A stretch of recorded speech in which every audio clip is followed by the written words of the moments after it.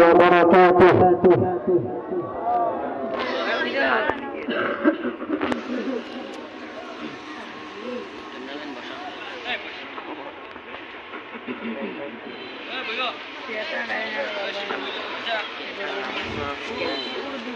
أعوذ بالله من الشيطان الرجيم.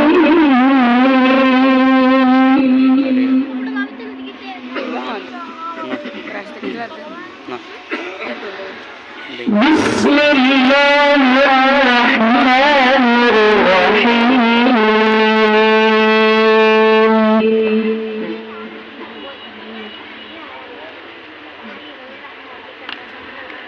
وإذ قال إبراهيم رب اجعل هذا البلد آمنا واجنبني وبني أن نعبد الأصنام.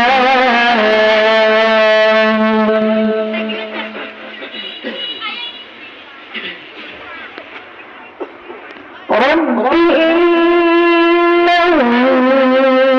أضللن كثيرا من الناس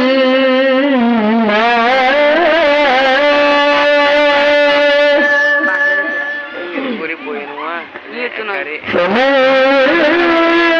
تبعني فإنه مني ومن عصاني فإنك غفور رحيم.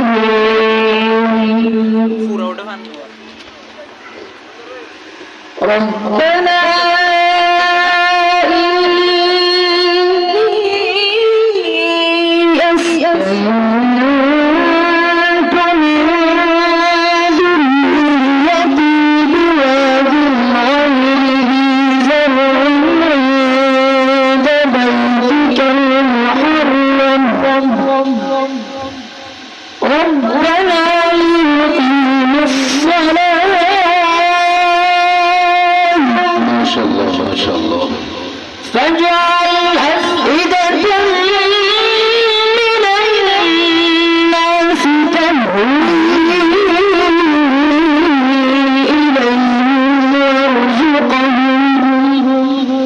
وارزقهم من الثمرات لعلهم يشكرون. ما شاء الله ما شاء الله. شكرا ما شاء الله.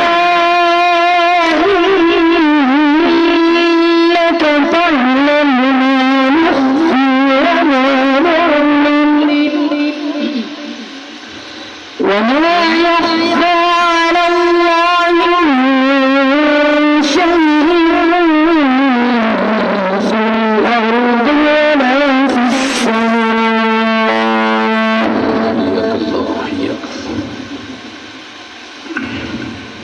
الحمد لله الذي وهب لي على الكبر إسماعيل